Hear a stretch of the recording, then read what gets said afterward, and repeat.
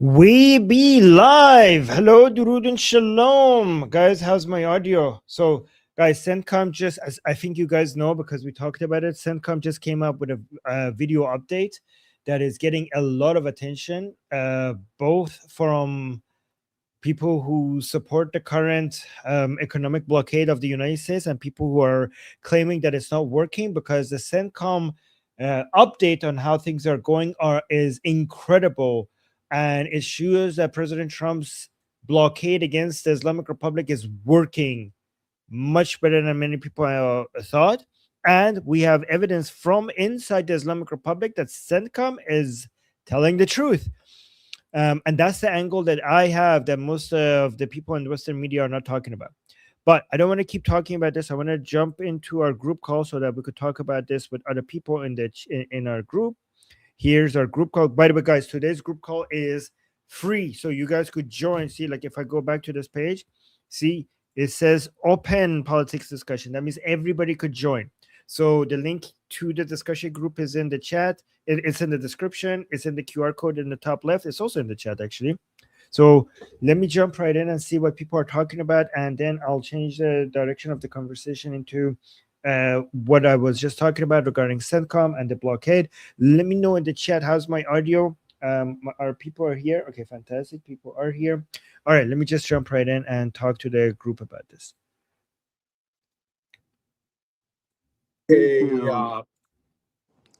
I just see it. Hello. Charmin. Hey, Armin. Hi, Armin. I'll talk to you later. Hello, Durud and Shalom. Durud and Shalom. Durud and Shalom. Fantastic. Oh my God, it's busy over here. Hey, Shana's back. Durud and Shalom. Durud and Shalom. Yes, Shauna's back.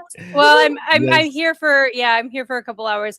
My schedule's gonna be really crazy over the next few days, but I'll keep you posted.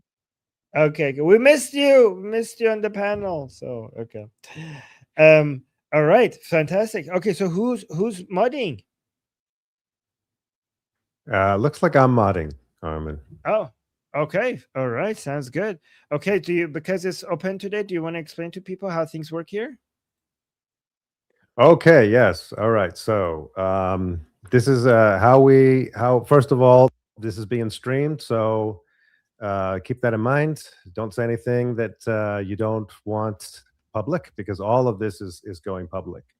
The way that we organize the chat is that if you want to initiate a new topic, you put a 1 in the chat and a very short description of your topic. If you want to respond to the current topic, you just put a 2, and you don't have to put anything else, just a 2 to indicate that you want to say something on the current topic.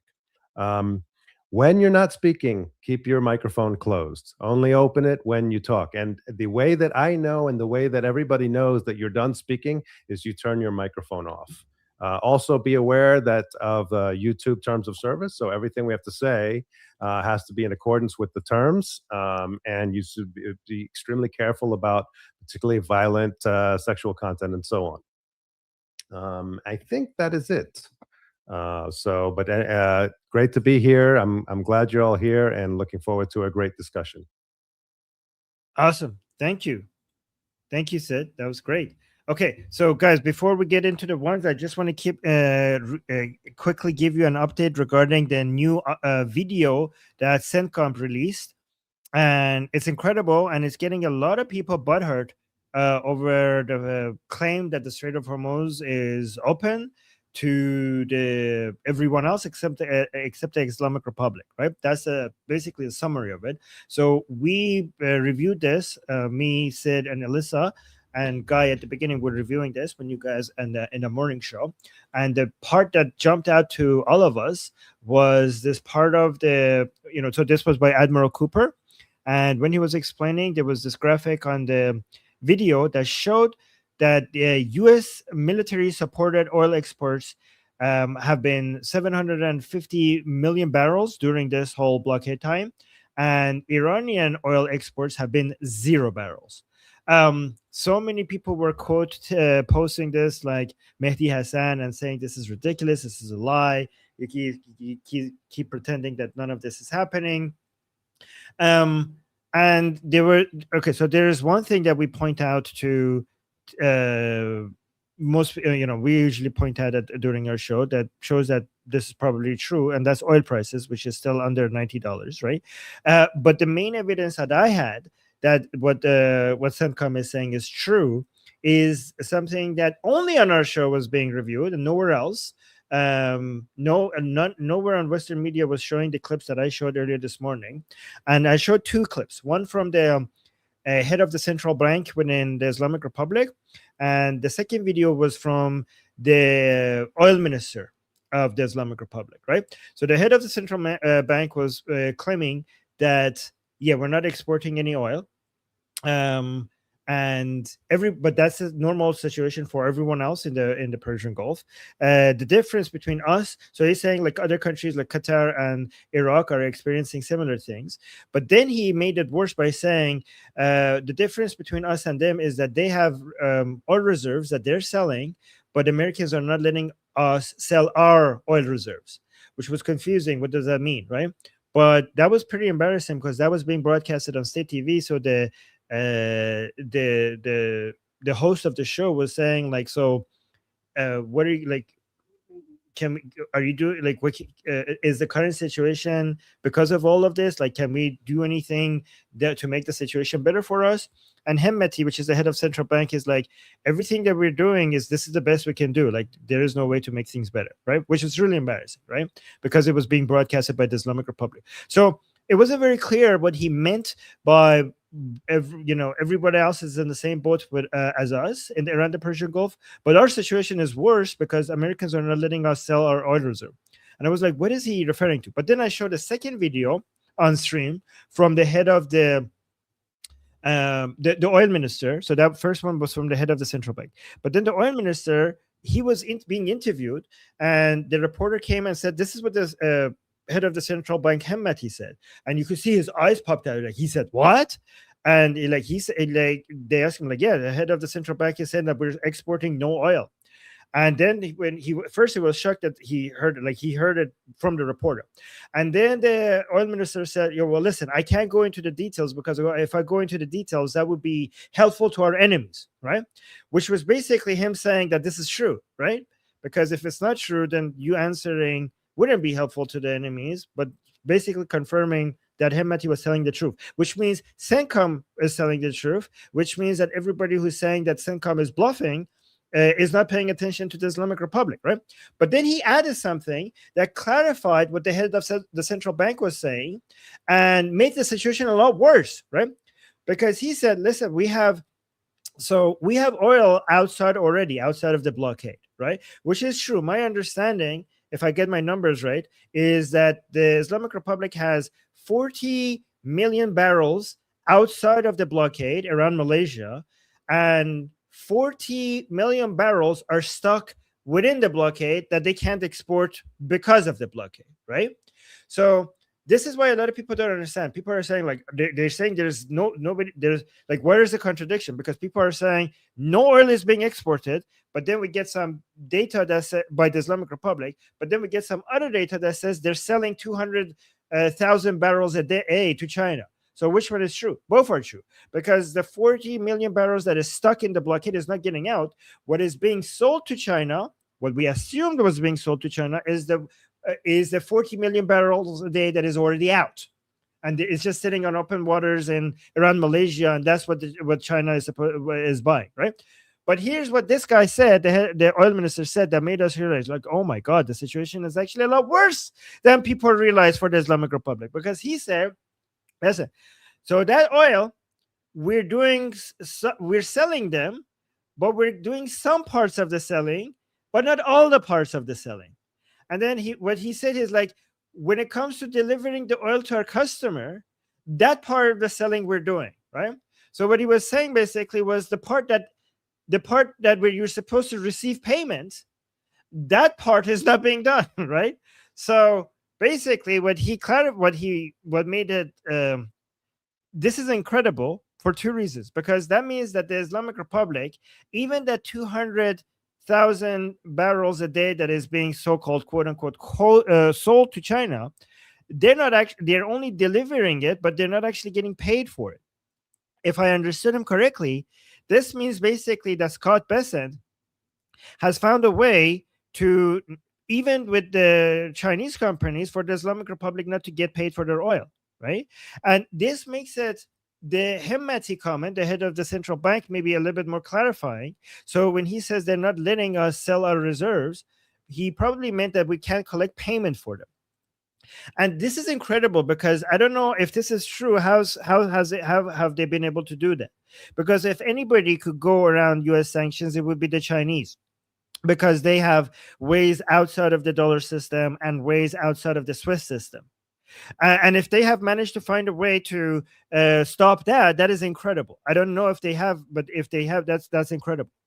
And then and the second point, that if this is true, that means that the United States is in a much stronger position than people understand, because that means that the United States is getting the best of both worlds, right? So the Islamic Republic is able to deliver its oil, which means that oil prices will go lower because they're able to deliver their oil to China.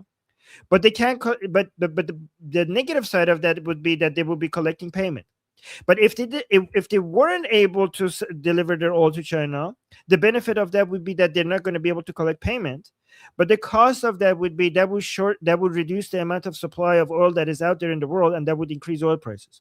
But somehow the Americans have managed to make it so that the oil is being delivered, so it's adding to the supply, but the payment is not being received by the Islamic Republic, which is incredible.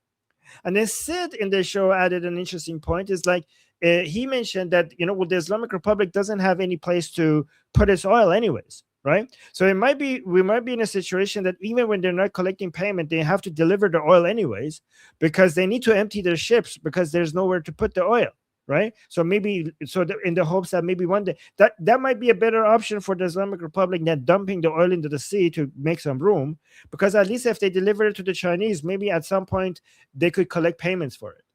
And so that's the situation that we're in. And guys, this summary and this explanation with the videos that came out of the Islamic Republic itself is nowhere being explained in this level of detail, because nobody has connected the CENTCOM video to the Islamic Republic 2 videos that I just mentioned to you guys. So I don't know. I hope you guys like that. Anyways, I'm going to stop talking so you guys could give us your analysis. Great. Thank you. Richard. For the puppy, by the way. Danny's puppy? Oh, yeah. Okay, Richard, you're up next. Thank you. Can you hear me okay? Yes, but it's echo. It's echo. Can you fix it? Okay. Gonna try something. Hang on. Major echo. Okay, let's go to the next person and we'll come back to Richard. Okay, so Beach Kid wanted me to read. If America is getting their ass handed to them and IRGC is winning so bigly, how are we keeping them from selling? Yeah, I mean, I think he's being sarcastic, right? That's a sarcastic. Yeah, I think so too. Yeah, I mean, if you want to continue that line of thinking, which is correct, you have to ask, like, Khamenei is dead, Trump is alive. All of the top generals of IRGC, all of them are dead. Not a single general or commander of the Islamic Republic of United States has died. Not a single one. And again, that's not to belittle the soldiers that have died. Talking about it from a strategic perspective, right? The United States has destroyed so many assets of the Islamic Republic on Iranian soil. Not a single asset of the United States has been destroyed on U.S. soil. The economy of the Islamic Republic is crashing. Stock markets in the United States are up. So it's not even comparable. It's not even comparable. So anybody who's telling you that the United States is losing and the Islamic Republic is winning, they're out of their mind. They don't know what they're talking about. But yeah. Okay, great. So let's try Richard again. Richard. Thanks a lot. How's the echo? Not great. Still off. Less echo though. Less echo. Yeah, go on. Okay, I'll try to keep it brief. Yeah, I just wanted to say, based on the evidence you provided, I'm fairly sure that if China really wanted to evade those sanctions and get the money to the Islamic Republic, they could. The fact that they are not doing it intentionally says one of two things. Either they don't want to cross the U.S., they figured it's not in their interest to invoke that tariff scheme, or Alternatively, China could have worked out a deal with us to basically allow for the delivery of the oil so long as it's not paid for. Basically, we'll look the other way on the reserve delivery, since it could affect the markets positively. As long as China doesn't actually try to pay for the oil, we'll basically turn a blind eye. So I think it's one of those two things. Yes, maybe a good deal with China would be like, hey, how do you like free oil? Right. So that's a good deal. Yeah. Great deal. Okay, Jeff. How would Jeff? So, I mean, all good observations to be sure. We roughly have, 52 tankers laden with Iranian oil that is inside the Persian Gulf and still essentially hijacked by the regime remnants that illegally occupies Iran. You have roughly 40 million barrels of oil, as Armin said, sitting near Malaysia, about 20 very large oil tanker equivalents, right? So you got another 20 empty Iran flag tankers loitering near Sri Lanka, because they've already completed their transfers. So it takes usually about 2 to 3 months of oil to reach a Chinese port after ship-to-ship transfer. And then another 2 or 3 months for money to reach the Mullah regime. So oil that's left the Iran waters could still generate cash in September, October. I mean, for me, I don't even want to even have the free whatever for teapot things. I would contend we should just liberate the tankers, take it to a U.S. port, sell it here. Fuck the teapot. I don't care what the CENTCOMs do. We're going to do stupid shit anyway. And allow that money to be put in escrow for the Iranian people and stewarded by an official government in exile, recognized by the United States and our allies, being specifically the transitionary government headed up by His Highness Prince Reza Pahlavi. That's where we need to go. I mean, I get what you're saying. I know they're trying to like wheeling and dealing with. It's like trying to wheel and deal with different crack addicts or dishonest actors. I get it. You're trying to de-link the Chinese Communist Party from the Mullah regime remnants. I mean, do I trust them? Nah. You know what's even better? Just take the fucking oil. Well, but that's illegal. Yeah, well, who are you going to call? Who do you think is going to put cuffs around us? Anybody? That's where this world is. Great. We're going to liberate the oil, take it to a U.S. port or a allied port. We'll sell it here, right? Minus the security costs. And now the Iranian people have some money. It's not just the denying the Mullah regime. I want to make sure the Iranian people that these fuckers they've been stealing shit from them for 47 years, man. On top of the geopolitical and geostrategic reasons to do it. I'm tired of people that are bled to be our allies getting fucked. Anyway, I don't know. That's the way I see it. I mean, I get where you're going with it, Armin, and I'm not saying there isn't utility there. I mean, Bassett and Donald are really good at what they do. I would just take the friggin' Dark Sea Fleet and then just that problem now is solved. Well, I'm a Jeff. I'm not doing it. If it was me, if it was up to me, I would do what you want to do. I didn't mean you, brother. No, I didn't mean you. I meant. I know. I know. know, I'm just clarifying. I'm just you're- clarifying. the interpretation you were providing. Yeah, I wasn't. If I say that to you, I'm not saying you, buddy. I'm just. No. That's I'm saying the approach you're outlining. I know, but that's not my type of thinking. I'm just analyzing what's happening. My type of thinking is do what you're saying. I totally get it, bro. Right? Totally, I totally agree. I mean, if it came off that way, I wasn't meaning you. I'm just saying the approach that I kind of misspoke. The approach that you very correctly outlined, I tend to agree with that analysis. Yes. It seems like that's something that they're doing, and I get why they're doing it. I'm just saying it's even better if we just take the entire Dark Sea Fleet and not give them shit. I want the Iranian people to get their money. So, Jeff, I 100% agree, and I have a question, and I don't want to do it too long to be able to get to other people. But if you could answer me this quickly, I 100% agree with you that that's what should be done. If you could explain them, why are they not doing it? Can you just explain that? So there's some legal issues, and then you'd have to see who's going to be the one that you're liberating the oil for.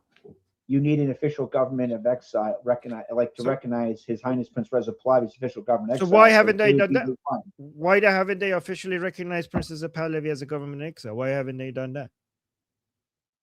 I mean, that would be a much longer conversation. Okay. I think they should. Other people think they shouldn't, for both illegitimate and or semi-legitimate reasons. I would recognize His Highness Prince Reza Pahlavi. Yeah, I agree. 100%. We should put Jeff in charge. That's what I advocate. Okay. Okay, great. Thank you, Jeff. CB, you're next. Yeah, just a couple of things to factor into your analysis. Overnight, US Treasury's done a greater focus on the banking system. We've got a UAE bank under the name of Bank Mazar, who's been identified as a key component of the money laundering method. And I guess we can start maybe having more of a focus on what's happening in sort of the pipework of the financial side around the regime. So I think that's something else to bear in mind. Also, just to reflect that the US might have more, I guess, more of an influence in the UAE. About a couple of months ago, to assist with cash flow needs, that they put out about a $600 million US dollar swap lines. So all of this sort of, allows for more of an influence by the US into the Middle Eastern countries. Maybe another thing to bear in mind, for some time there's been a parallel payment system that separated the payment of oil to separated between the central bank payments and also payments that were going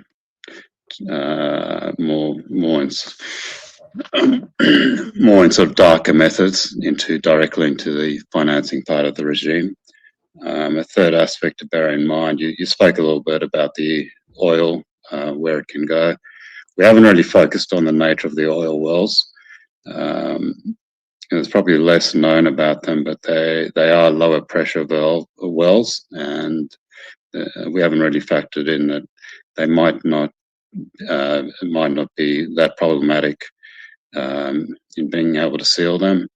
We've also haven't really considered the capacity to rotate the wells in terms of maintenance of the wells.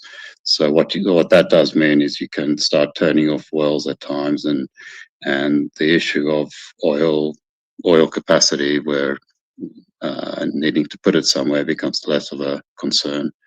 So yeah, just maybe three things to factor in when you think through this. Thank you. Okay, interesting. Thank you, CB. Shauna, you're next. I just wanted to kind of second what Richard had kind of mentioned, which is that one possibility is that we are dealing with China in a kind of indirect way to basically give them the oil and also deprive Iran or the IRGC of the money. I actually think that that's the most likely option. I'm not saying that's the greatest option or the option that I prefer. I just think that is probably strategically the most likely, because while we are reshoring and nearshoring and friendshoring and doing all of these things, things take time to build. They just do. And so I think that we might be in a little bit of a situation where we're going to allow China to get the oil while we are dealing with some of these temporary bottlenecks. So. Thank you, Shauna. Roy?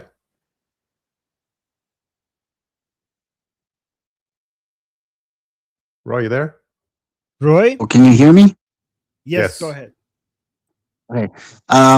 Just doing a historical point. This whole barrel thing just reminds me of, I know it's not exactly the same thing, but it reminds me when the USSR was dealing, believe it or not, with Pepsi back in the 60s and 70s, right till the 90s. Pepsi became popular in Russia, and so they wanted to deal with them. And well, the money, how you call it, the USSR um, uh, coin was worthless. So what did they do? They exchanged. The Russians would give them the Pepsi company. They would give them vodka, and the Pepsi would give them Pepsi. Tit for tat, something like that. The problem is that the more companies brought in vodka and also manufactured vodka, the vodka that Pepsi got was becoming worthless, especially to the amount of Pepsi that they were giving them. So in the 90s, they tried to establish an exchange that the USSR is going to give the Pepsi company 150 ships to scrap metal, and that would be worth millions and millions of dollars. The problem was the Berlin Wall fell right before the exchange that moment, and so the Pepsi company lost millions of dollars because moral of the story is don't deal with dictators. That's just like what my that my logic says. Don't deal with dictators because you don't know what's gonna happen. Especially right in the middle of a war. And I think the whole problem with the barrel thing, it's such a chokehold. We were talking about what we can do and everything. Nothing we can do can predict the next move that Trump is going to do. So whatever is going to happen, I believe this is the end of the RGC. Like, give it a couple more months and that's it. Thank you, Roy. Fizz Engicist is next. Yeah, I want to address, I think, what Jeffrey and Armin were talking about in terms of capturing and taking the oil.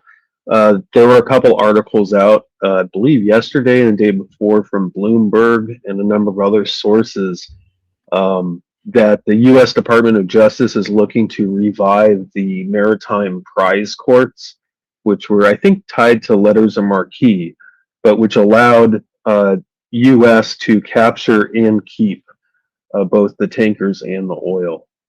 And so apparently they are working on the legal framework to actually pursue that. I like the sound of that. So I think that's all the twos that we have. So I believe, Armin, we have Super Chat. Jeff, sorry, yes. Jeff. Yeah, go ahead, Jeff. It's talking about maritime prize courts. 100%. I mean, that's what's going on with people who run the blockade from, outside, well, through the Persian Gulf. I'm just saying we should extend that to this, to the places right outside of Malaysia. Where the hell is it? It's at the eastern outer port limits, about 70 kilometers off of Johor, east of the Singapore Strait. Is that kind of like the main high seas transfer zone, right? The Ghost Fleet tankers usually go there. They go dark. They pump their crude ship to ship, and then they take it to China. I'm just saying, do the same thing you're doing with the maritime prize courts with assholes that try to run our blockade in the Persian Gulf. I would just do it everywhere. And if anybody's got a problem with it, well, come step up to us, see what happens. Because I'll kick your sweet and sour kung pao chicken ass right up between your fucking shoulder blades. That's how I would roll. Just saying. I wasn't trying to be mean, Armin. I know where you're going. I hope you get, I know we agree on that. That oil is not the mullah regime. It's not China. What you have is like somebody, what's going on that like putting it like in personal level. It's like somebody breaking into your house. Like the Mullah regime breaks into Iran, the house Iran. It steals Iranian people's TV, goes down the street like the Grinch that stole Islam, and then sells it to some CENTCOM douchebag. And they're like, well, as long as if you give him the TV and he doesn't pay you, I'm willing to look the other way. Fuck that. That's the Iranian people's oil, not the Mullah regime remnants, not the Chinese Communist Party. So I think we should do the maritime prize courts for all of them. In fact, I know a lot of GWAT veterans that would just love to do that shit. Like a whole bunch of Marines that were on the receiving end of IEDs and VBIDs. And I promise you, they will friggin' liberate those tankers just like that.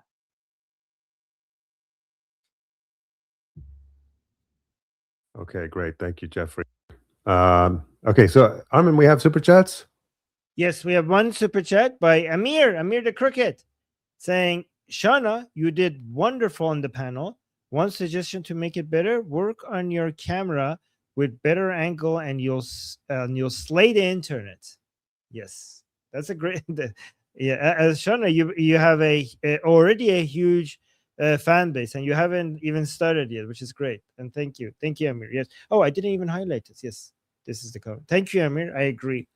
And also, she is gonna. I mean, you're in the process of setting everything up, right, Shauna? So you will. Yeah. Okay. Have to give me time to move. I have to be out by the 31st. It's the 28th. Give me like a week, guys. She just started. Yes. She's on it. Then thank you, Amir. I agree. And we got another. We got 2 jewels from the Africa Chica. The Africa Chica just gave us 2 jewels. Thank you so much. All right, let's go to the next topic. Okay, thank you, Amir and Africa Chica. Next up is Kare, who wants to talk about the death of King Harald V. I'm sure he doesn't want to talk about this, but sad day for Norway. Tell us about him, Kare. Yes, so I've also thought of the fact that there are many Iranian monarchists watching, and I'm thinking that it might be valuable to have some first-hand experience of what it's like to live in a monarchy at a time like this. So here are the news since yesterday. So this morning at 6:30 our time, which is midnight midnight on the American East Coast, King Harald V died after having been king since 1991. He was born in 1937. He's the last of 3 kings that we've had who could remember World War II.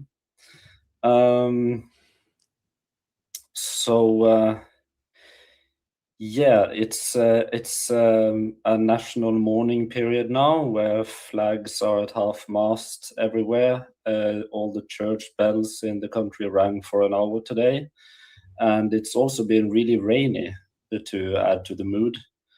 And yeah, a really grey, sad day in general. Basically nothing else on TV.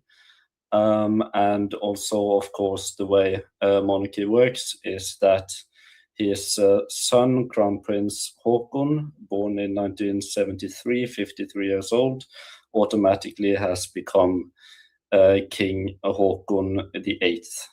And his daughter is now Crown Princess and is set to be our first, one day, hopefully many decades from now, our first female monarch since the late 14th century. We're so sorry for your loss. And so many people on YouTube are saying RIP. They put in candles. They're saying rest in peace. There's so many messages on YouTube. People are trying to send their condolences. And I'm sorry for your loss. And thank you to all of them. Okay. Next up is Roy, who wants to talk about Amanga theme parks. Hey, sorry, Kari, for for the king. I'm sure it's not an easy day for you and for your country. Well, now it's kind of like ruining my joke, but well, I wanted to talk about a very happy occasion, guys. Have you heard that Mohammed bin Salman and Mr. Napoleon, small little prick Bonaparte, Macron, has agreed to a $6 billion theme park in Paris. They're gonna have not just a big theme park, it's gonna be a manga theme park, because guess what, guys?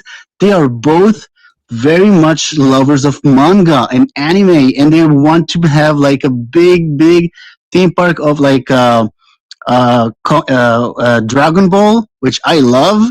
So, it kind of like sounds to me that when Macron wants to show that he has any backbones or morals of whatsoever, like sticking it up to Israel and saying, "Oh, guys, we're not going to let you have any show any of your defensive um, um, um, ammunition and stuff like that in our expo in France. Oh, we're gonna block you because of your very much legal and moral stance against terrorism." Oh, no, we're not gonna do that. But wait, when we want to have some money from Saudis, when we want to get some money from those people who chop journalists into little pieces and feed them to crocodiles and amputate people who steal cars and still have child brides and executed 356 people a year in 2005. Oh no, where are our morals now, Mr. Macron? Monsieur Macron? Excusez-moi? I'm sorry. Is like people when I heard this this media line, I got so furious because everybody who is talking about it don't even mention the idea that they are dealing with a fucking dictatorship, right? Nobody's mentioning it. And when someone did press the French government, they said we are not entitled to tell other countries what to do with their businesses, their internal businesses. Oh, really? Really? Oh, but you have every entitlement to come to Israel and preach us and tell us what to do with our securities. No. It's amazing. The double standard is just fucking. I'm sorry. This story is getting on my nerves, especially as a manga lover, as an anime lover. They are using my favorite subject, my favorite hobby, as a soft power for Islamist takeover. So for me, this is disgusting.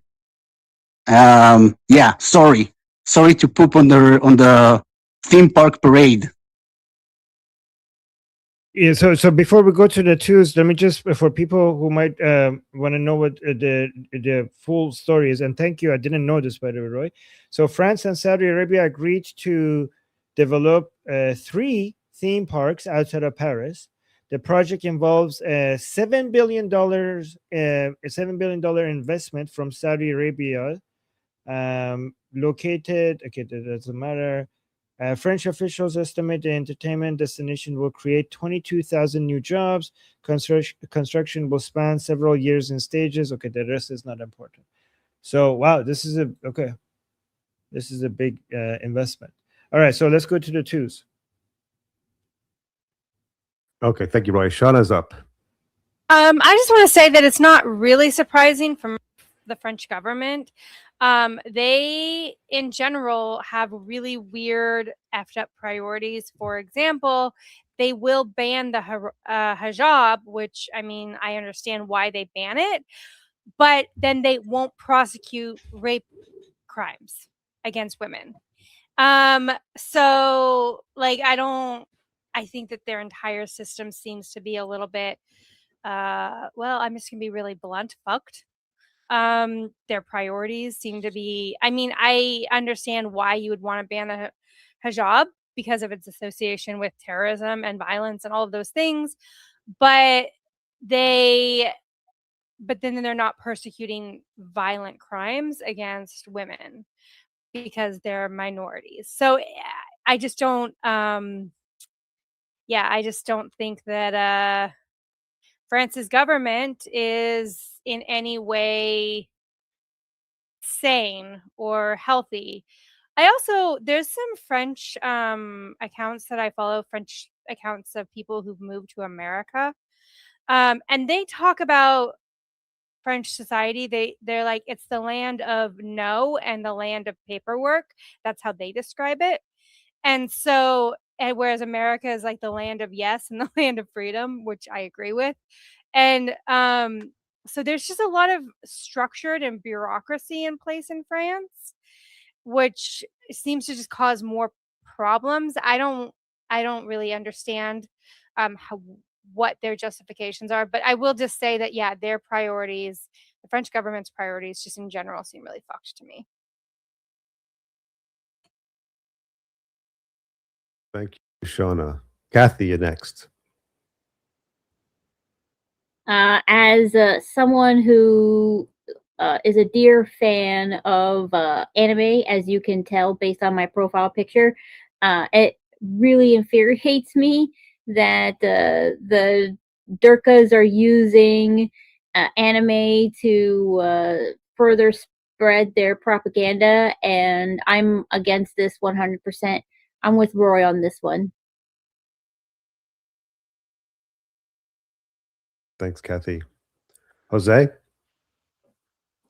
I am not a Magna fan, but I am not a fan of anything having to do with the Muslim Islamic culture. Basically, if I'm correct, Magna was Japanese to begin with, for the most part. If that's the case, now they're fighting back for the Japanese, not wanting them in their country and wanting them to assimilate, not take over. And they're doing it by taking a beloved creation of their artists and trying to make it their own, and the French are compliant. Well, let's hope next year's elections will put an end to Macron legally. Thank you, Jose. Okay, so those are all the twos. Should we move on to the next topic, Armin? Yes. Yeah, we don't have any super chats, so we could move on to the next topic. Oh, wait, sorry. It looks like Falco had it too. Falco, did you want to speak or did you want me to read it out?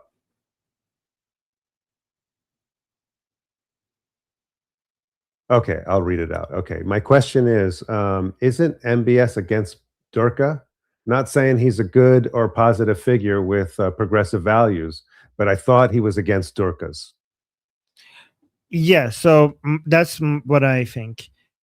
He's an evil mother tucker, very evil, even more evil than some jihadis, honestly. But he is anti-jihadi, and honestly, if I had to guess, I think he's also anti-Islam.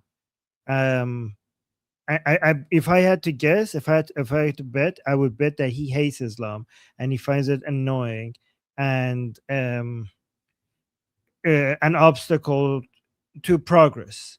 I think if we could wave a wand and Islam will disappear from his land, he would do it in a heartbeat, like without hesitation. I think people have to understand in Saudi Arabia, we have the House of Wahhab and the House of Saud. The House of Wahhab is obsessed with Islam. The House of Saud is obsessed with money. And House of Saud uses whatever means necessary to get wealth and power. And if at some point that meant using Islam, and right now Islam doesn't help at all. In fact, Islam is an obstacle. And they're aggressively trying to find ways to move away from Islam without causing an Islamic uprising, like the 1979 Islamic uprising in Iran. So I think they absolutely hate Islam, but that doesn't mean they're on our side. They are absolutely evil, and they're against all the values that we support. So you don't have to be Islamic for us to be against you. There are many other forces out there that are not Islamic, but they're anti-liberty, and the House of Saud is anti-liberty, and that's why they're our enemy. Okay. Thank you, Falco. Yeah, so I just saw Dajjal said that he thinks that he's a secret ex-Muslim. I've actually also heard this rumor, and so that lines up with what you're saying, Armin. Okay, so should we move on to the next topic? Yes. Next topic. Next topic is Kathy, who wants to talk about hunger strikes against the IR's executions. Go ahead. Islamic Republic. Let's say Islamic Republic, so people who are new might not know what we're talking about. I just abbreviated it in the chat. But yes, Islamic Republic. So this past Tuesday marked the 135th week of hunger strikes. It's being called No to Execution Tuesdays. There's approximately 61 prisons involved throughout Iran. What they're trying to do is they're trying to either suppress or stop the executions that are going on in Iran as we speak. Starting for 2026, Islamic Republic has executed 378 protesters, and it has escalated to 4,000 thus far. What I'll do is I'll put the article in the chat so anyone here can read it. I felt that it was important to bring attention around this because anything that helps spread the word and help the Iranian people is worth talking about. And it actually gives the list of all the prisons involved in this protest. Thank you so much, Kathy. Thank you so much for keeping us updated on all of that all the time. Let me just quickly look at this article. Yeah, so yeah, basically the same details that you just gave us. So thank you. I appreciate you always telling us this. Thank you, Kathy. 100%. Anything to help the Iranian people. Just spread the word, because the more we talk about it, the more attention we bring to it, the less likely they are to execute the people of Iran. Yeah, so this is some days in war there are a lot of ups and downs, and some days there's good news and a lot of days there's bad news. And today we did get some good news, but we have to remember, and Kathy, you're great at reminding us the kind of pain that the Iranian people are enduring under this sociopathic regime, and we can't let them forget that. So thanks, Kathy. Okay, we're going to go to the next topic now. Alistair wants to talk about another day, another terrible law in New York. Okay, so a few days ago, a bit in the show earlier made me remember this, and I wanted to bring it up because how stupid it is. Kathy Hochul, a few days ago, has passed a law that basically means it. I don't know how to say it. It basically bans, I guess, somehow local law enforcement from working with federal law enforcement, meaning ICE. And the main reason she did this was because I think there's like a deeper cynical reason for this, because her running opponent, Bruce Blakeman, who was mentioned in the show a bit earlier, he is currently the county executive of Nassau County. And Nassau County is literally, if you Google it, it is the safest county in the country. It's the safest county in the country, and under his leadership, because he is very tough on crime and works with federal law enforcement, works very well with federal law enforcement in his county. He was able to get it to become the safest county in the country. So now, with the election coming up, now he just loses the federal. He no longer can work with federal law enforcement. He had to give a press conference today or yesterday, I believe, basically saying that we have to terminate our cooperation with ICE and law enforcement, and they have to leave now because of this law that Kathy Hochul passed. And this, it's just stupid. That's the best way I can put it. And I feel like the timing with the elections is not a coincidence. I feel like that she's kind of just giving him like this, throwing like a wheel in his wrench of like how he operates his county and everything, and I guess the crime statistics. She's trying to just get a wrench in the wheel. So, Alistair, let me clarify what I thought you said. So, so the suspicion is that Kathy Hochul is signing this law specifically to undermine her political opponent's ability to provide public safety, something which he has done remarkably well. Is that what you're saying? Well, so that's part of it, and the other thing is it's the optics of it. The fact that he had to get on. He's been very vocal about his cooperation with ICE and that showing that it works, and kind of like it's a big part of his campaign that he's been the executive of the safest county in the country for the past 4 or 8 years, something like that. And he's been very public about how cooperating with federal law enforcement was a big thing and everything like that. And now he has to get up on this press conference and now denounce working with federal law enforcement. And it's just bad optically. And people that may not do more research, and people that think wide, not deep, may just see the fact that he's been doing this and now he's just reversing right by the election. They may not look into the fact that it was the Kathy Hochul that passed the law mandating him to make this decision.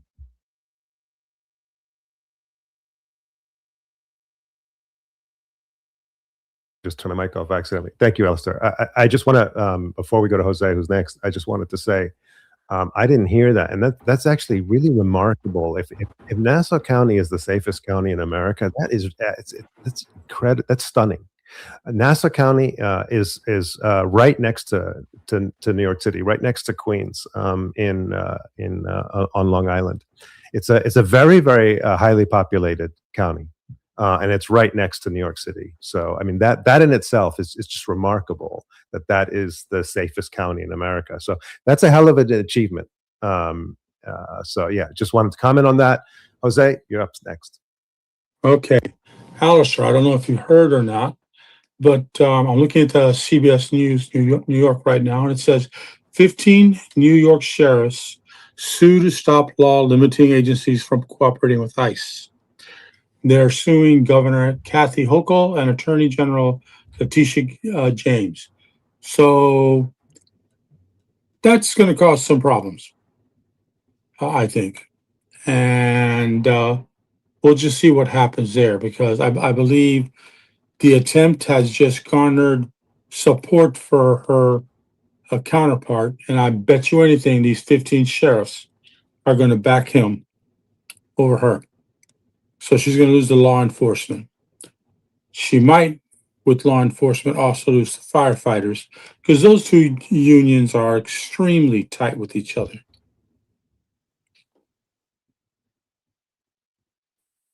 Thank you, Jose. Elisa, you're up next. Yeah, I mean, it's just disgusting, and I struggle to understand the mindset, like the decision making behind this law, because it's just so grossly, like it's gross. It's such a slap in the face to your constituents. It's like I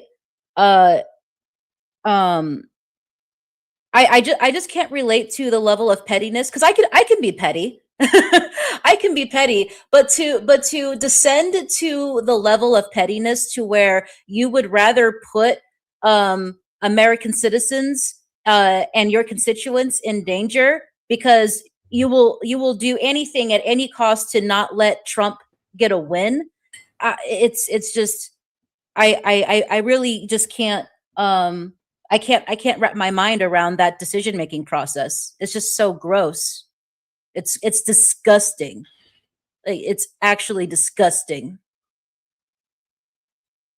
Yeah, I couldn't agree more. I mean, I lived in New York, most of my life, and it was, considered the safest big city in America. And it feels like the last few years there's been a kind of pro-crime policy, and so just to add to that, like pro-crime, I think pro-crime is anti-America, it's anti-West, it's anti-civilization. So that we can debate about how to deal with crime. And I'm open to many different policy ideas, but we promoting crime or promoting poor public safety is just it's totally anti-civilizational, and it's an abandonment of the responsibilities of government. Okay, Alistair, you're up next. Yeah, I just wanted to add that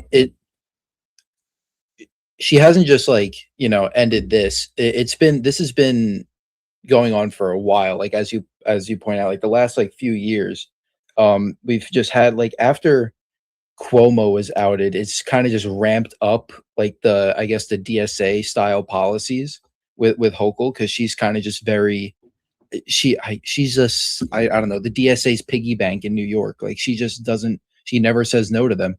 She she never says no to them. They get whatever they want, and enabling them to essentially just run rampant in one of the biggest states. And the reason why I think this is very important, and it's because I don't think this race is getting enough media coverage, because New York has a very high, Blakeman is very close in the polls for a Republican in New York, very close.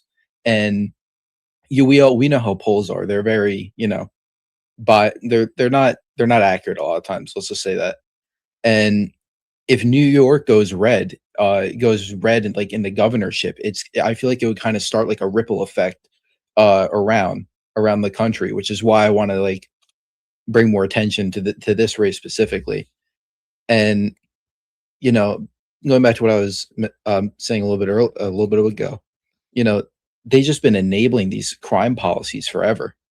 And it's not even just technically lax on crime laws. It's they don't enable the police to do their jobs, and then on top of that, they don't allow they pass certain policies that don't allow the judges or the lawyers to actually put them in jail.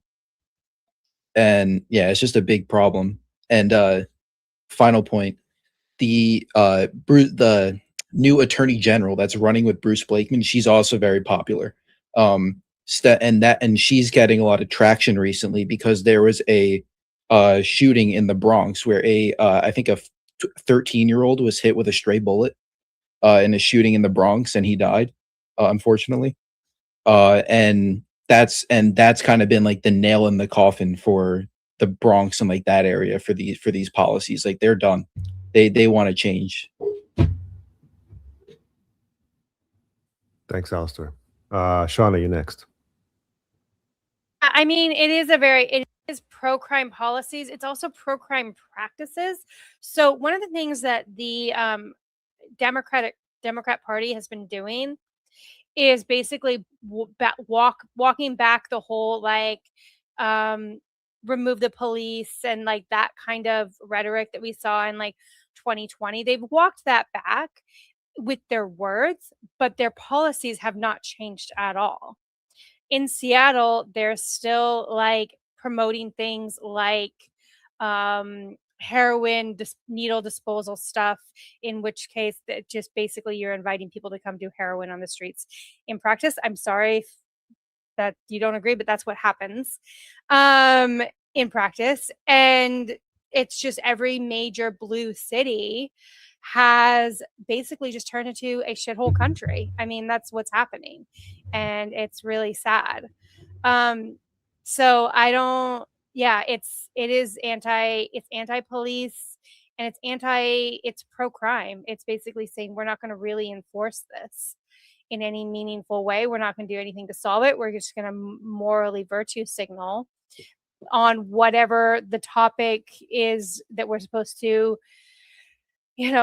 decide on today. I guess it's every city. So I'm glad that Alistair brought up New York specifically, because maybe new governorship, maybe that's something that we as people who believe in civilization should be focused on, is trying to turn over these governorships. Maybe we are a little bit too focused on senators and I'm not saying that those aren't important, but we should be focusing on some of these state stuff as well, so that there's there's a way to stop this, because people are going to, by the way, this lack of enforcement is going, if he's having to walk this back and he's no longer able to do the job that he currently has, people are going to die by removing ICE. There are going to be victims, because we know that there's a lot of criminals who are hiding from ICE, and they will continue to perpetuate violent crimes. We know that that's happening. We know that there were people who were not deported 5 years ago that should have been, that killed more people. So what this is doing is, it's not just like, oh, I'm just going to stand on this moral high ground, or I'm going to do the secret law to kind of stop my competitor from gaining the advancement. There will be more deaths because of this policy.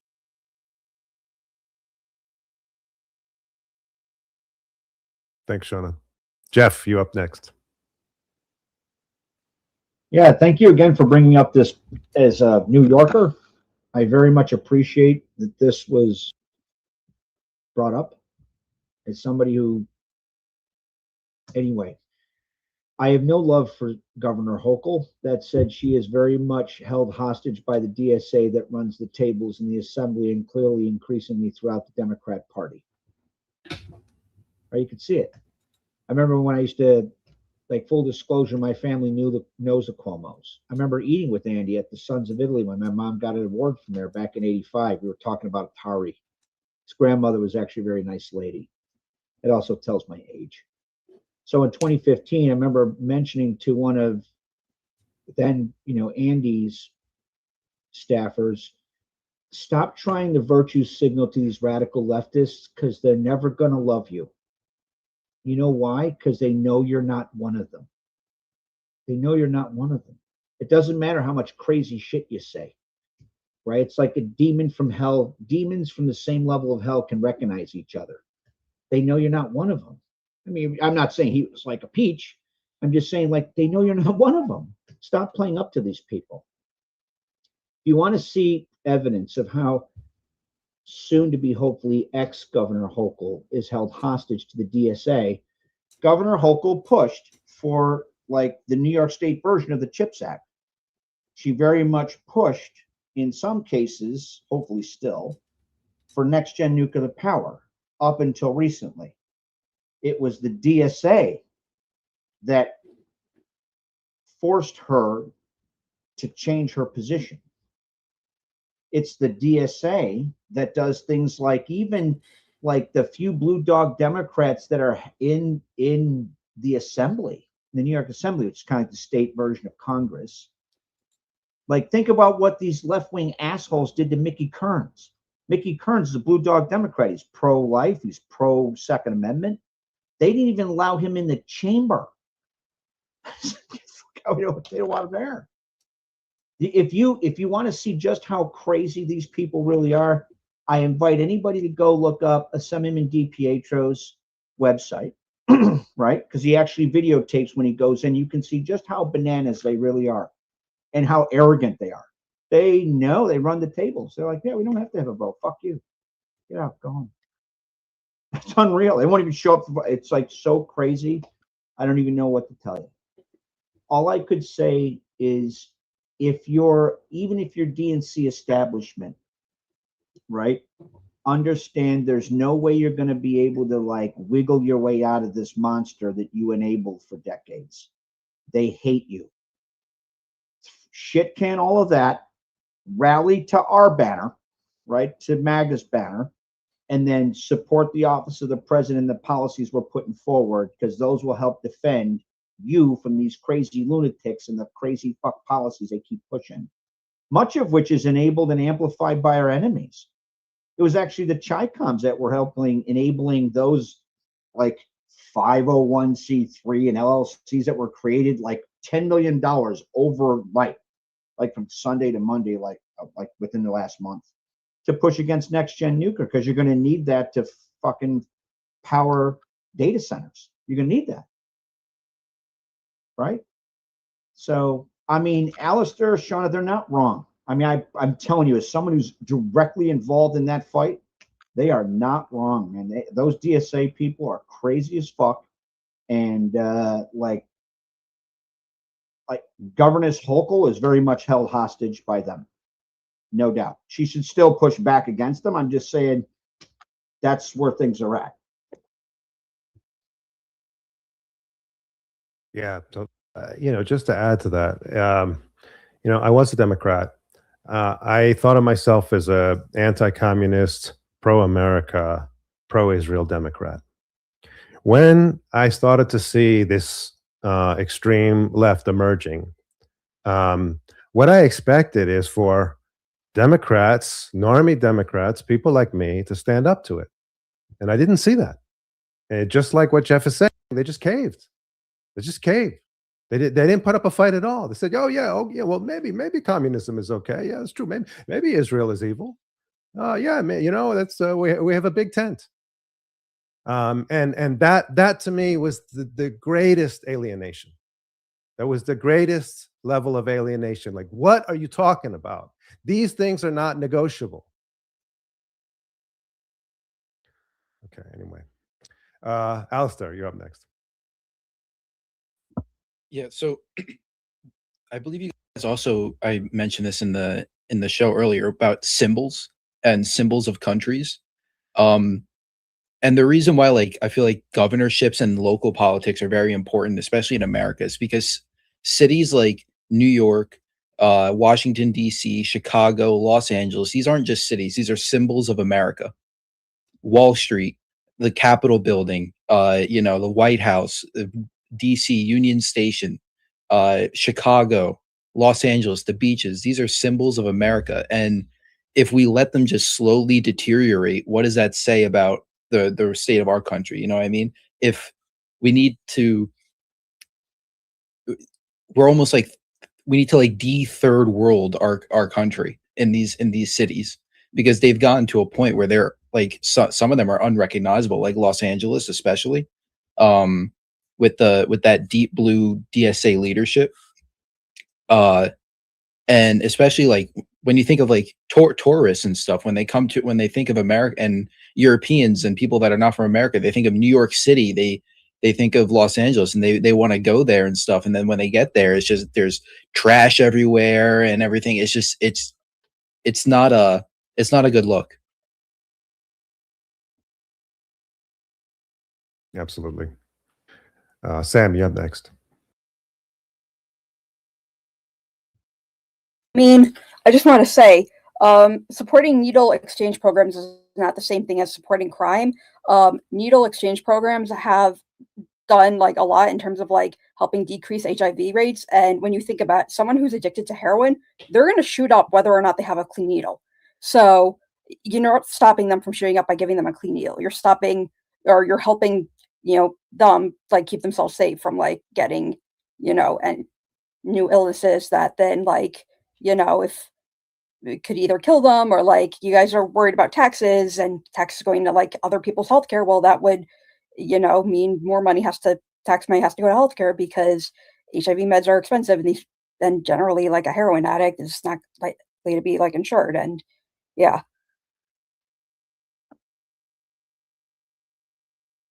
Okay, thank you, Samantha. Elisa, you're up next. Yeah, I just thought of something else going back to Hochul trying to ban or banning local police from cooperating with ICE. Tell me if you've ever heard this before. Um, uh, they know they're lying. You know they're lying. They know that you know that they're lying, and you know that they know that you know that they're lying. It's like it's like this merry-go-round is so mind breaking because you're sitting over here and it's like as a competent person, I know that you are full of shit, and they also know it too. But the reason why they have people like Hochul have to advance these policies is to protect their voter base, because the illegals are their voter base, and they have to protect them at all costs, because they know that if they don't, they won't win another election for like 20, 30, 40 years because of the demographics demographic change. So it's just so they completely ignore 1000% how dangerous it is for all the civilians who will be affected by this. They don't care. They care about one thing, and that's winning. And they will throw under the bus, kill, pillage, whatever they got to do to get that win. They're willing to do it. And it's really important to understand that. You just know your enemy. Just know that they will stop at absolutely nothing to destroy you. And that's what we're dealing with here. Thank you, Elisa. Jeff? I want to actually speak on the issue of needle exchanges. I mean, I support needle exchanges, right? I don't think any rational person disagrees with sincerely intended and objectively defined risk reduction strategies. The problem I have, though, is radical leftists co-opting that shit as part of a broader socio-cultural war against the United States, as was said in Lenin's own memoirs, right? All one need do to conquer a country is depatriotize one generation from within, particularly teenagers. He said this. Drug use, alcoholism, wanton rebellion against authority, crazy sexual practices. I'm like, paraphrasing a little. So, I mean, absolutely there should be needle exchanges under supervised use, right? Because I'm not trying to have them go and sell that shit on the street. I definitely want to reduce HIV infections and transmission, along with broader risk reduction strategies like increased kinetic operations against the assholes that dealt it. Because those people are killing people with drugs. They're killing our fellow citizens, and they need to fucking die. Right? Like, what was it? Clear and present danger, except for it wouldn't be secret if I was running the show. Like drug people, like drug producers, narco terrorist groups, they'd be on cruise missile TV every day. I'd start a fucking national lottery.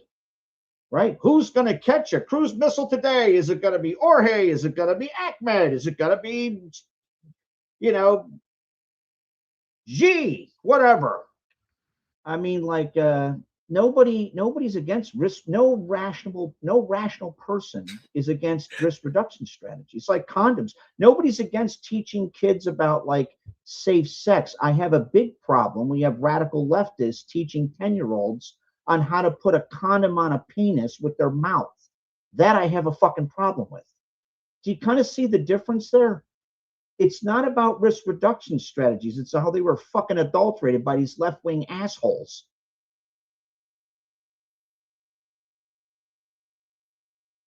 Yeah.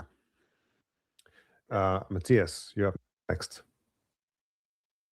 Hi. So, generally speaking, I agree with Jeff a lot more than with Samantha, and I'm speaking with not personal experience in the sense of personal use, but I had a high school friend that ended up in these circles, and she actually didn't start using needles. She used to smoke it precisely because of how nasty the whole thing is. So while heroin addicts that already use needles don't give a fuck about where they're gonna get the needle, if it's clean or not. They're gonna try to do something about it, but it does actually prevent new users to seeing it as appealing. Now that being said, I'm not in favor of not doing anything, right? I think that, as Jeff was saying, needle exchange should be part of a much broader program.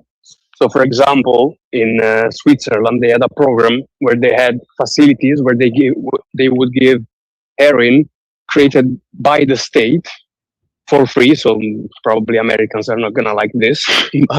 Essentially, was funded by the state. They had medical centers where people would go there. They would be given a specific amount for their weight. They would have nurses and doctors check up on them, and they would be in a program. So essentially, like being given free heroin was the lure to have them enter this program. And at the end of it, they would have centers and houses where to put them, and they had restaurants and bars where they would work. And then essentially, it's like a AA community connected to this program, and it actually eliminated the heroin epidemic that there was in southern Switzerland. So I think that just giving needles, and as Jeff was saying, like being co-opted as a leftist movement is just part of the, yeah, it's not that bad, it's okay, like it's not treating it as an issue. It's like, let me help you make this a bit less horrible. So while you're preventing some aspects, you're actually making other things worse and not addressing the real problem, in my opinion, because addiction isn't the substance. Addiction is the state of mind of the person, his life, what he's going through, his values, his view of the future of the world. So if you don't address all these aspects, you're just putting a band-aid on a rotten limb. You have to do something more than that. So, yeah.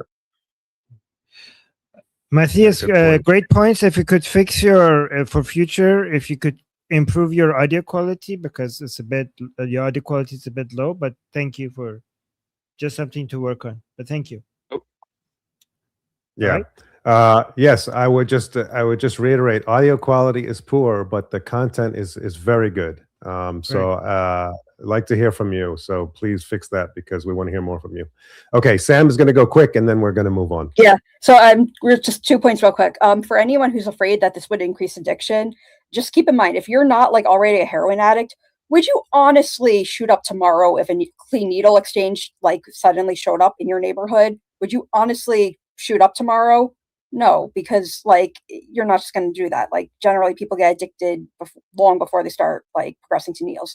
Also, something else I want to say, because I used to be very into like drug policy like activism, and I have to say, out of like any form of activism I've been into, because I've always been like very far left, drug policy activism has probably been the thing where people on the far left are the most willing and open to working with people all the way on the far right. Like there are definitely libertarians that get involved in drug policy activism.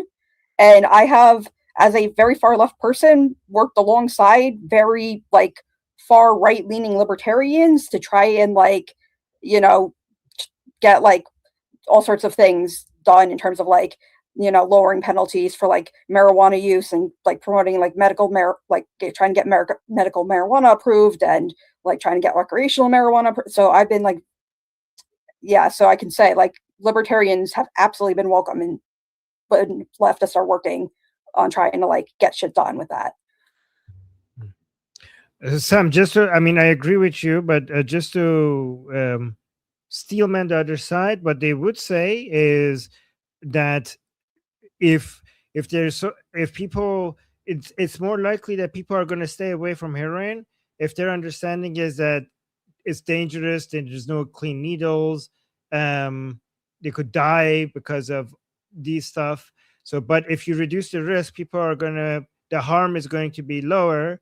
So more people are going to be willing to try it because there's less risk associated with trying it. That's what they would say. there's already enough harm in being a heroin addict that's done to your life that like you're not going to be Yeah, more according open to it. no. So well, I mean, everybody who's a heroin addict started one day, right? And they weren't addicted Yes. before, and hold on, let me finish.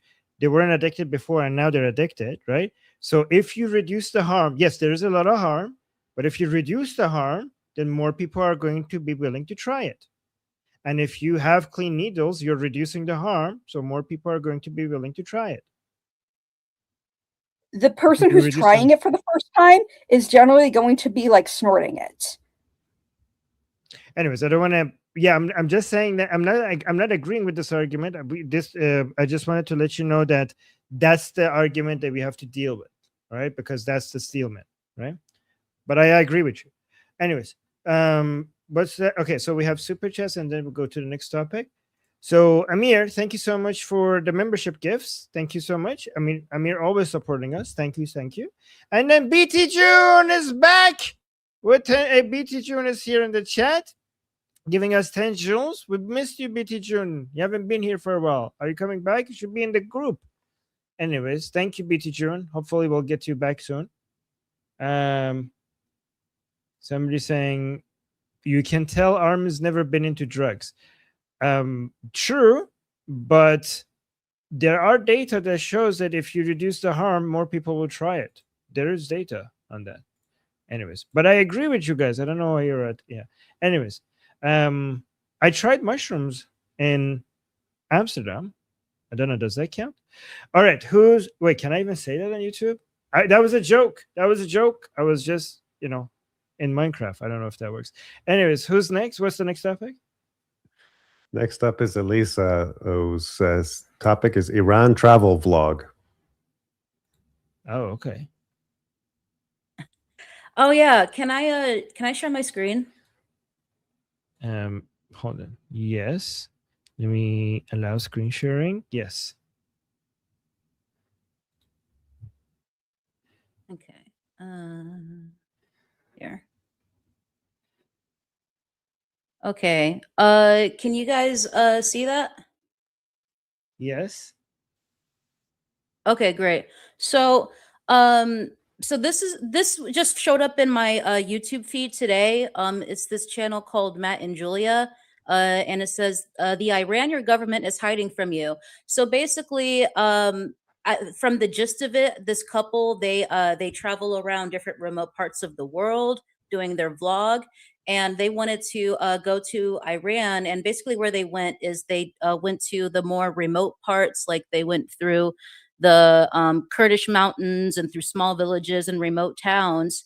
And the way they introduced this video is they're like, we want to go beyond the headlines, because you just see in the news how like Iran is, getting bombed and all like the war coverage, but we want to show you a different side of Iran.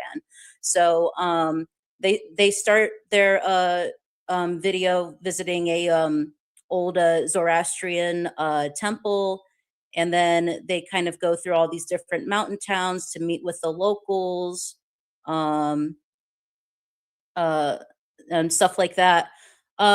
So I just wanted to get your guys' take on because this video just went up like today, like earlier today. But I guess they're just trying to introduce their audience to the real Iran, and give people kind of like an inside look that's different from the wartime coverage. And I just wanted to know what people think about this. Armin, I'd love to know your take on this. Right. Okay, let me stop the screen share. Okay, turn off screen share. Thank you. Actually, this is interesting. That yeah, so we see a lot of videos like this, and honestly, I don't blame anybody watching them and enjoying them and realizing how beautiful and gorgeous Iran is. The thing is that the Iranian people, the anti-regime Iranian people, hate these videos.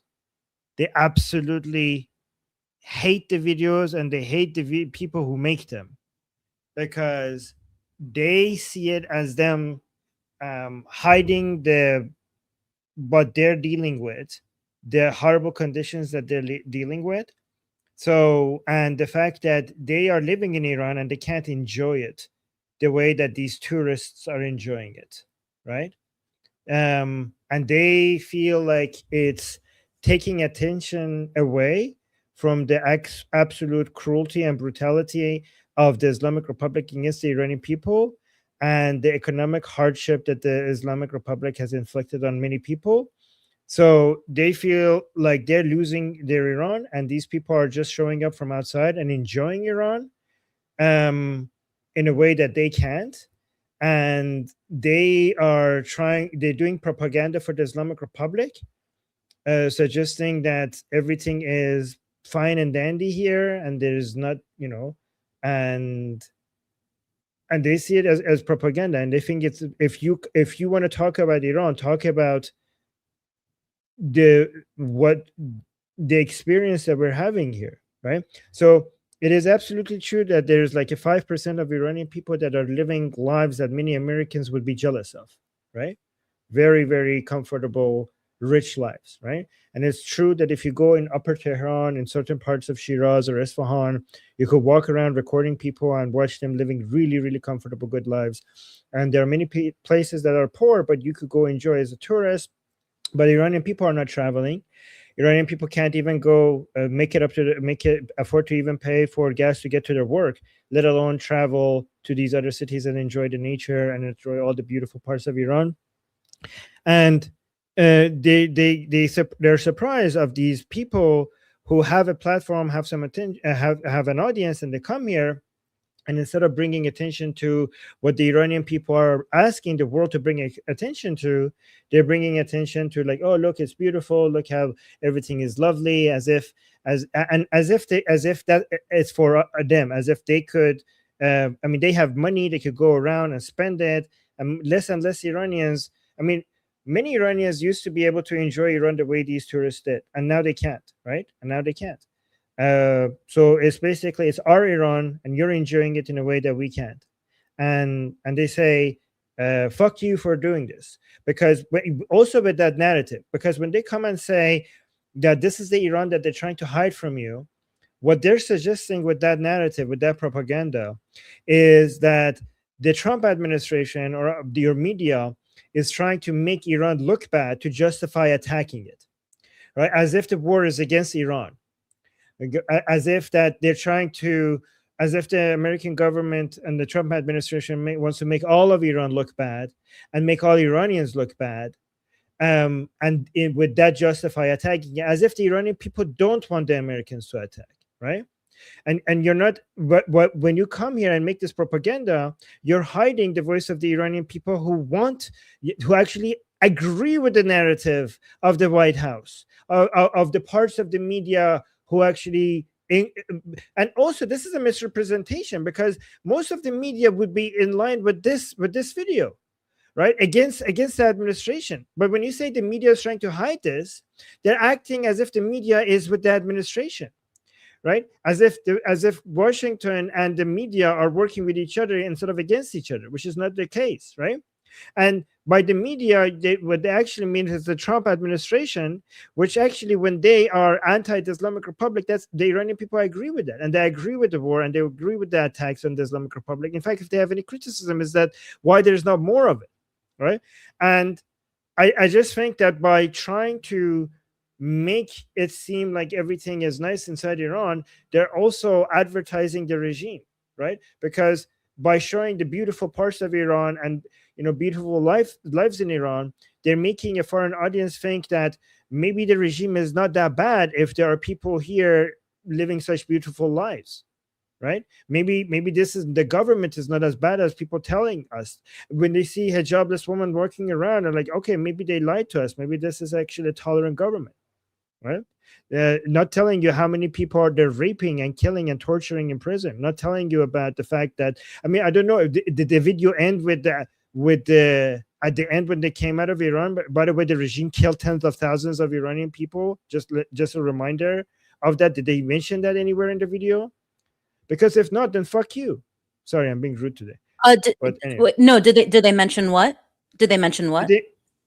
Did they mention in the video at the end, that, by the way, the regime, tens of thousands of Iranian people were slaughtered by the government just recently? Did I mention that? I doubt it. I only watched like the first couple of minutes of the video because I found it really dry and boring. And I wanted to there's a part of me that wants to give people like this the benefit of the doubt, because I think that they're trying to, I think that they have good intentions, but my mind went to the exact same thing that you went to first, Armin, which is that the fact that there are so many people that are genuinely suffering right now, that like the food and the fuel shortages, like those are real. That's not AI. There are real people who are genuinely suffering right now. The airstrikes are real. The bombs are real. Like there's people dying. There's people going hungry. There's people living in the dark without electricity. Like, you know, like there's genuine suffering happening, and that's suffering. It's real, and it's felt by a lot of people. And I feel like it's more important to talk about that and to expose how evil the regime is than to show kind of like the nice side of Iran. So it's like I kind of see what they're trying to do, where it's like, hey, like I think they're trying to humanize the country more and just be like, hey guys, it's not all just, you know, doom and gloom over here. Like there's like real people just living normal lives. But like exposing the evil of the regime, I think, is a bigger priority. And Yeah, Sid, you but- can remove my two. That Yeah, was my but- two. But by saying that the media is hiding, first of all, if they, even if they have good intentions, right? By not talking about what the Iranian people are going through, and by not telling them that they get to enjoy Iran in a way that most Iranians can't, first of all, they're doing propaganda for the Islamic Republic, whether they know it or not. But I would be skeptical if that they have good intentions, because when they say what the media is not showing you, then this is more in line with regime propaganda. So this is more like the media, like this is more in line with trying to suggest that the Westerners are demonizing Iran and Iranian people with an agenda in mind, right? So it would be more difficult for me to accept that this is good, with good intentions, when they're spinning it like that, as if the United States and Israel attacking was on the Iranian people and on Iran as a country, rather than on the enemy of the Iranian people and the occupiers of our land, right? And is the lack of recognition that they're coming here and they're enjoying Iran in a way that most Iranians can't. I mean, if they have good intentions, then they're completely clueless.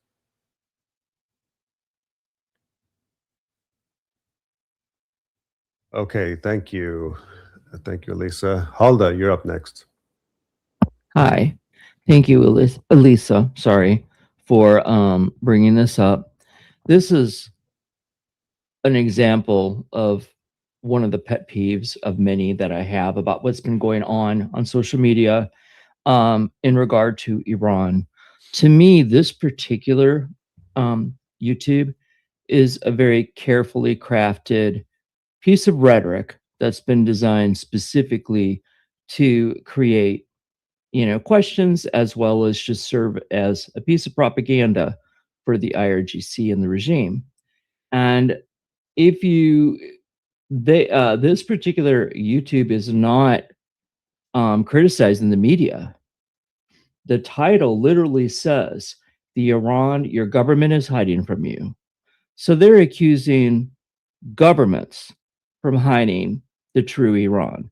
And of course, we realize that they're obviously targeting US and Israel, because right after the initial clip, like within just seconds, they break over into a clip of CNN talking about US and Israel launching an attack on Iran, the bombs, et cetera, et cetera. So again, it's just a piece of rhetoric. It's a piece of propaganda. But what's disturbing about it is how carefully it was created.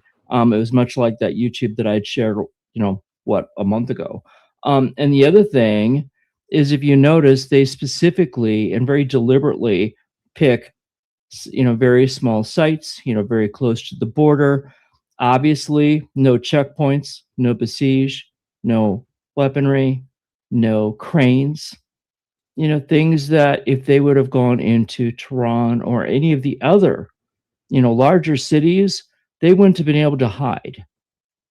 They wouldn't have been able to just target a couple people, and talk to just a couple people. They would have had to deal with the masses, and it would have been extremely difficult. Certainly Iran is beautiful, all over the country. But the point of fact is this is so obviously, a piece of propaganda that's been carefully molded that I would hope that most people would see through it. Because again, they never targeted the media. They targeted the government, in the title. And like I said, that very first clip, and the way they focus so much on the very, very outskirts of the country. And that's my perspective. Thank you, Hilda. Kathy? So Armin and Helda both made some really good points. I remember during the Masa Amini movement, the uptick of these type of videos, both on YouTube and TikTok, were everywhere. The minute that the movement gained traction, you saw these videos everywhere. And I'm seeing it being done again while we're in the middle of the Lion and Sun Revolution. And it tells me that these videos were bought and paid for by the Islamic Republic to paint Iran, what's going on in Iran as to favor the Islamic Republic, which obviously is not what's happening at all. I myself stay away from these videos. I hate these videos. They don't speak the truth of what's really happening in Iran and the suffering of the Iranian people. And as far as I'm concerned, this is all propaganda paid by the Islamic Republic, and it's bullshit.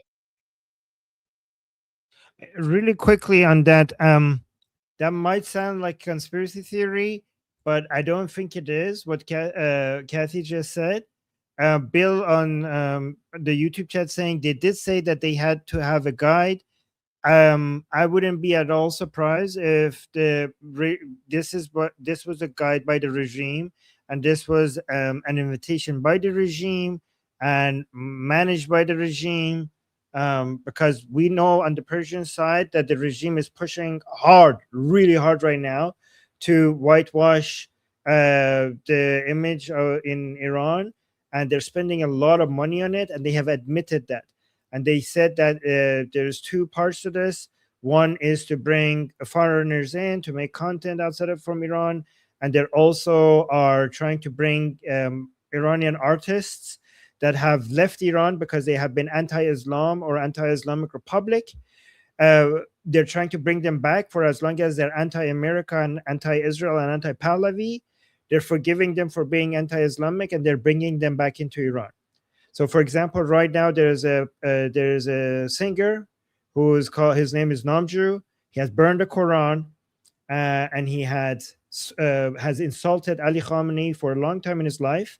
And the Islamic Republic is welcoming him back to Iran just because he's anti-Pahlavi, even though he has burned the Quran. So if you, because they're trying to use all the artists to whitewash the Islamic Republic, right? So I have burned the Quran on camera. And I'm pro-Pahlavi, and this shows you the priorities of the Islamic Republic. If I go back to Iran, I promise you, they will not hang me because I burned the Quran. The Islamic Republic will not hang me because I burned the Quran.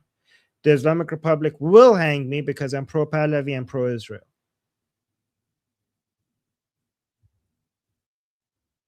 Thank you, Armin. Halda. I apologize. I had forgotten something. I would also posit that the more that we see this type of propaganda, the more concerned the IRGC and the regime are. So the more we see this, the more they're feeling threatened. So bring it on. Okay. Thank you, Halda. Jose?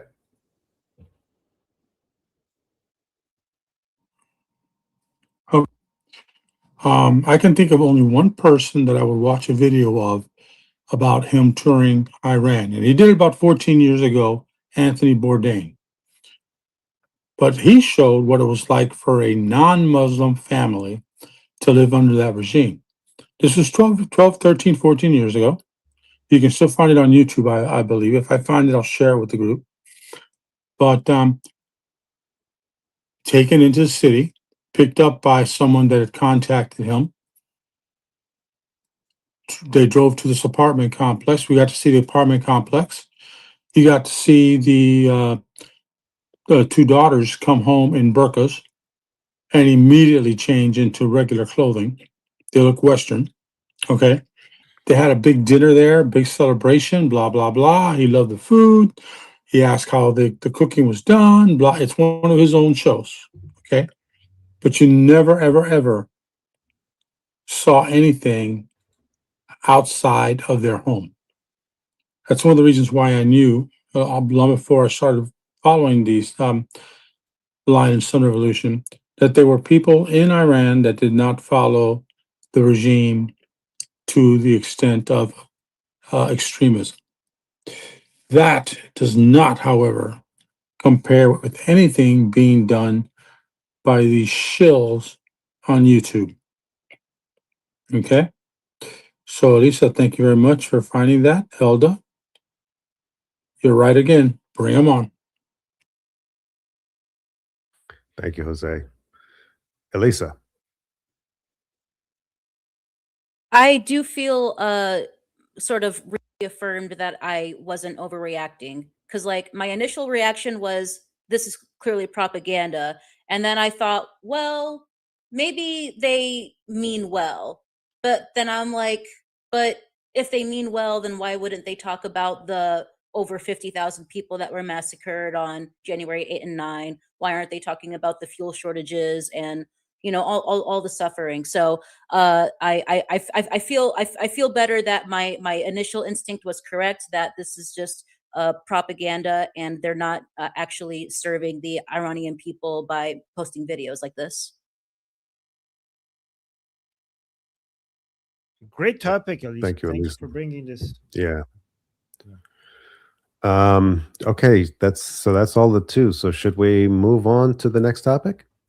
Yeah, but we have a super chat by Tin Lee. Thank you so much, Tin Lee, saying, please flood the algorithm, call out the fake grifters. Thank you, Tin Lee. Thank you so much for the super chat and your message. I appreciate you. All right, yes, let's go to the next topic. Okay, next up is Shauna, who wants to talk about Dolly Parton's death. So I'm just bringing in some, let me put on my video. Sorry, you guys. I'm just trying to bring in some Americana news. Obviously, she died. For those of you who are international, she's a big deal, really big deal. Probably the most universally loved human in America. And she, so her passing is really hard. President Trump actually ordered her death. The flags are raised at half-mast in honor of her death, and he also declared a National Dolly Parton Day.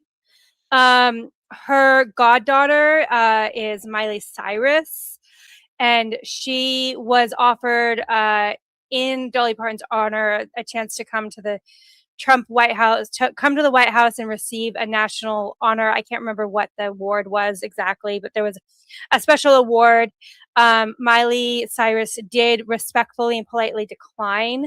However, the reason she did that was because she didn't want Dolly's death to be politicized. And so there was an honorable reason for doing that. It wasn't just a way to like swipe Trump. Miley does tend to be left wing, but she's kind of an old school Southern Democrat. Like, that's the best way to describe her. I don't agree with her political takes, but she's a kind of a class-based traditional Democrat if you look at her takes. So yeah, Dolly Parton refused the Medal of Freedom 3 times, according to Casey, which I'm sure is true. She just doesn't like things to be politicized. She also was supposed to receive an honorary statue in her home state, and she rejected. She said that she didn't want that right now because the country was too divided, and she didn't want anything to be politicized in her name. So she, however, has managed to, this is absolutely not her fault, But people are trying to politicize her death despite her desires not to have that happen. So, for example, there was a pastor who said that Dolly was burning in hell. I didn't watch the speech. I found it so offensive. The video concept so offensive that I haven't watched it. I will probably watch it at some point. But I didn't, I didn't watch that. It was like kind of a problem. And then there's some people who say that we are disrespecting veterans or soldiers because by having a celebrity flags fly at half-mast. However, I will say that those are the minority loudmouths. Most people in America agree with Dolly having the flags raised at half-mast for Dolly Parton. This is just Americana news. This is just to kind of talk about kind of what's going on in the mainstream. I think sometimes, as much as we care about what's going on it's a geopolitical focus, I think sometimes it's good to just kind of touch dirt a little bit and talk about the things that Americans are just kind of actually talking about. That's what's been in my news feed. It's all Dolly from all Burning in my hell normie. for what? Burning in hell I for don't know. what? Because she wasn't a real Christian or something. I don't know. Oh, okay. Yeah, because she I guess she was raised Christian, but she didn't keep up with the lifestyle or on paper or whatever. She literally was the most generous human being. Now, I will say, if you look at what she spent her money on quietly, she was kind of a center lefty. But she also funded the Imagination Children's Library, where she started that, where it was specifically to get books and reading opportunities into the hands of I was going to say minority. I didn't mean like ethnic minority. I mean underprivileged children. So that was something, and in fact, Miley Cyrus, to her credit, donated like I don't even remember the number, to be honest, but she donated a bunch of money with what she received in her she received a lot of Dolly's fortune. So with that fortune that she received, that was passed down to that and to other charitable things. But yeah, most universally loved. The Babylon Bee's article says that the article on her death was the reckoning or something is deemed to be closer based on the last universally loved human being passing, something like that. So yeah, I don't know. I just thought that it hadn't come up organically in the last couple of days, and I just thought that maybe we should just take a moment to touch dirt a little bit, talk about culture a little bit, say God bless to her, and all that she contributed to this country. And and my hot take is that I think she absolutely deserves to have a day of reckoning, recognition, and to have the flags raised at half-mast in her honor. So my piece is done. Thank you, Shauna. Sam. Yeah, I mean, I've thought about bringing her up, but like, I'm gonna be honest, I've low-key been kind of afraid to bring up her death because I'm like, I don't know how a bunch of very far-right people are gonna react about her death, and I don't want to like deal. So I appreciate that I was wrong and that you guys aren't, yeah. So I mean, yeah, Dolly Parton was amazing. I just want to add to the list that Dolly Parton was one of the first celebrities to help fundraise to fight for people living with HIV back in the 1980s when it was still controversial to do that. And that when the wildfires devastated the Great Smoky Mountains in 2016, which is where she grew up, Dolly Parton gave $10,000 to 1,000 different displaced families to help, and said that like she's giving back to help her people. And also when Dolly Parton was diagnosed with cancer, instead of making an announcement letting the world know she has cancer, she released a final version of her song Light of Clear Blue Blue Morning, and she pledged every cent of the song to helping fight children's cancer at Vanderbilt Children's Hospital. So, yeah, I appreciate that people are being nice about this, because I was kind of scared about how people would react. But yeah, she was absolutely a beautiful soul. Sam, you have the worst view of us. I don't know why you why do you think what do you think about us? Like, what the hell? What the hell? Did you just call us far right, by the way? And you also thought that we would be anti-Dolly? I was very scared you guys would be like very anti-Dolly and see this as a good thing. And yeah, We would see this as a good thing that she died. Oh my god. What the hell? I'm glad I was wrong. I'm sorry. I guess I didn't give you guys enough credit. I'm very glad I was wrong. Enough credit. You're like, oh my, like you think like that's not a high standard to meet. Not in like not you're giving us credit for not celebrating Dolly's death. Well, I guess thank you. I guess that's I appreciate you giving us credit for that. Right. I appreciate you guys. Thanks for Okay, proving me thank wrong. you. Wow. Oh my god. Jesus Christ. Guys. All right. Okay, who's next? Okay, thank you, Sam. Next up is Alistair. I'm still a little taken aback by Sam's assumption of us, but I'll let it slide. I guess. Dolly Parton was probably the last person, one of the last people where the DSA and the Trump administration both put out a very heartfelt statement about her unfortunate passing, and I think that's a testament to how celebrities should be, apolitical. She said it a bunch of times. She was an entertainer. She wasn't a politician. She wasn't any of that. She was an entertainer, and that's what she did, and that's what she did best. And yeah, I don't really see a time in the future where we're going to get another person like this, where both the DSA and the Trump administration put out very similar statements about their unfortunate passing. So yeah. Thank you, Alistair. Guy, you up next? I think Roy's up next. Sorry? I think Roy is up next. Oh, Roy. I didn't see you, Roy. Sorry, I missed you.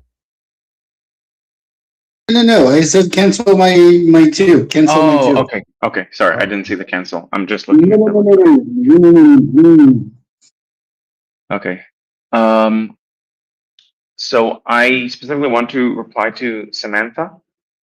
I'm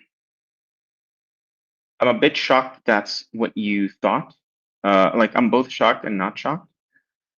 One, this is not a far right group. I would characterize the group as, like, if I had to assemble all of us and put us in a political camp, it would be like center right or moderate right.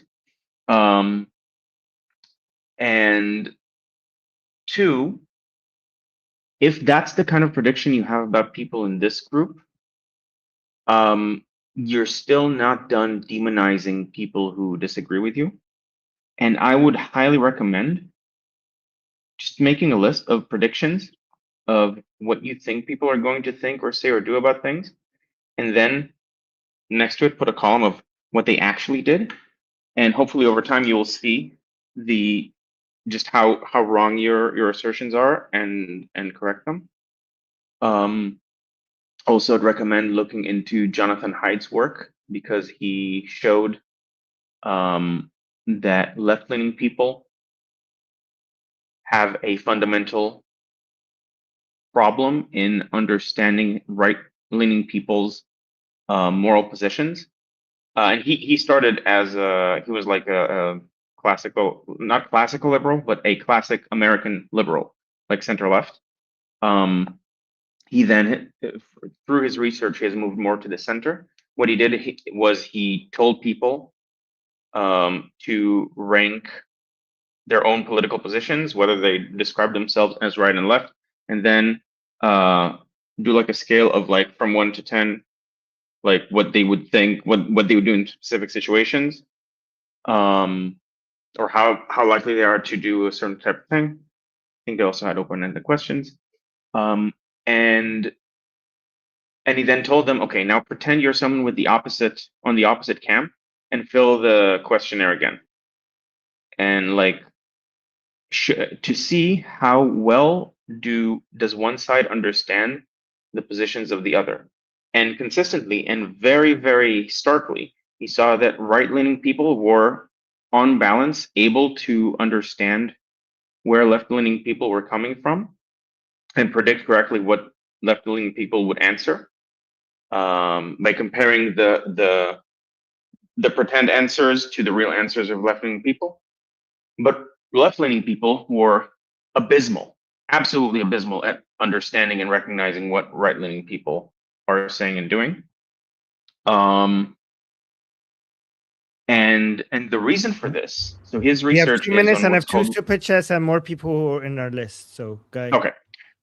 Okay. So I'm wrapping up. And the reason is what's called moral foundations. He found in his research that right-leaning people judge morality based on 5 axes, and left-leaning people judge it based on 2 axes. That doesn't mean that right-leaning people are more moral. It's just that they take things into consideration that left-leaning people don't. And when left-leaning people see that, they just see it as if like they don't care enough to judge things based on the only 2 axes that matter, which are care harm and equality. Okay, thank you, guys. Sorry, but I'm surprised that was a short. No problem. Okay. Okay. Okay. All right. So All right. 2s are closed. Everyone else has to go real quick. Okay. Kat, you're up 10 next. 10 seconds each. So I just want to put things into perspective. By the way, she was really, really cool. I don't care what. So, Kat, that's already 5 seconds of it. So I don't know. Okay. So I'll just say she was born in 1946. She was older than Michael Jackson. By the way, she lived through the 50s, 60s, like wow, crazy. So that's 10 seconds already. Next person, thank you. Sorry, guys, we need to rush through this. Jeff, 10 seconds. Yeah, 10 seconds. So the left claims the gay rights and vaccine money. The rights claim the faith, the South, and the refusal to dunk on Trump. Both were half right. And that's because she ran a personal brand, not a caucus. And that singular last point is probably what makes her the most precious, especially in these contentious times. I'm going to miss it. Peter, 10 seconds. Good evening. Hi. Yeah, I'd just like to say, for me, Dolly Parton was an absolute diamond.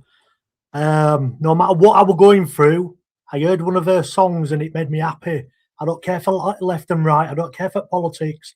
It was just that, and that's what she strived for, making people happy. So, rest in peace. That was Thank you, nice, Peter. Peter. Yep. Okay, last one. Just Bruce. Bruce wanted me to read this out. I strongly disagree with having flags lowered to half-mast for Dolly Parton's death. It trivializes the meaning of lowering the flags to half-mast. Thank you, Bruce. Okay, and I think we have super chats. Yeah, I think if you're a national icon, it's fine. And Nyla, thank you so much for the super chat saying, pull up the history of Dolly and the military. Okay, so that's a recommendation from Nyla. And Nyla, thank you so much for the super chat. And the second super chat is also from Nyla. Nyla is saying, Dolly turned down the presidential Medal of Freedom from both Trump and Biden to show bipartisanship. She loved our military and deeply supported them. Wow, I did not know. Guys, as a non-American, I did not know anything about Dolly. And the more you guys are talking about her, the more I am, liking her. This reminds me of Charlie Kirk, because I didn't know. I became a fan of Charlie Kirk after he died. I didn't know much about him before. So this is like the same thing right now. And thank you, Nyla. Thank you so much for the super chat. Guys, for people who are new here, when I leave, the conversation doesn't stop. I leave because I have another stream coming up in half an hour. So people on YouTube, make sure you're subscribed and hit the bell notification because I'm gonna go live again in half an hour. But you guys in the group, you guys could continue the conversation without me. And from now on, it's not going to be recorded and it's not going to be streamed. And there's no turns anymore. So the conversation is going to be a lot more organic. And also people on YouTube, if you want to join the conversation will continue without me. And the link is in the description. You can join right now. And the link is in the QR code in the top left. I'll see you people on YouTube in half an hour. And people in the group, I'll see you same time tomorrow. And until then, Am Israel Chai, Slava Ukrainia, Cuba Libre, Taiwan Jiayo, Long Live America, Javid Shah, Payande, Iran. Mwah. Alistair, you have a question. You can